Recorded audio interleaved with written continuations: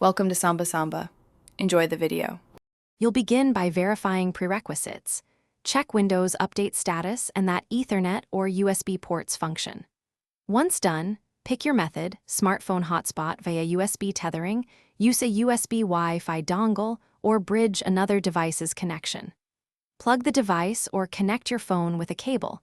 Make sure the phone allows USB tethering and that battery is charged. This step prepares Windows to recognize a new network interface, so drivers can install automatically or allow you to add them manually.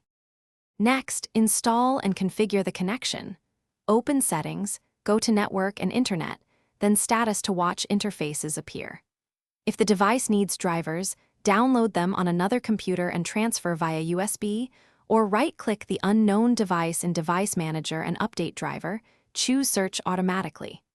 Once drivers are present, enable USB tethering on your phone or the dongle's adapter, and make sure Windows shows a new Wi-Fi or Ethernet connection. This step makes the link usable and visible to the OS. Finally, connect and verify. Click the network icon, choose the hotspot SSID or adapter name, and enter the Wi-Fi password.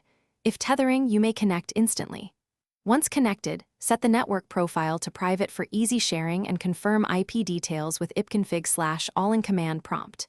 If it fails, restart the adapter, unplug and replug the USB cable, reinstall drivers, and run the Windows Network troubleshooter. If still stuck, check airplane mode and antivirus firewall settings, which sometimes block new interfaces. Thanks for watching. Consider subscribing if we helped you.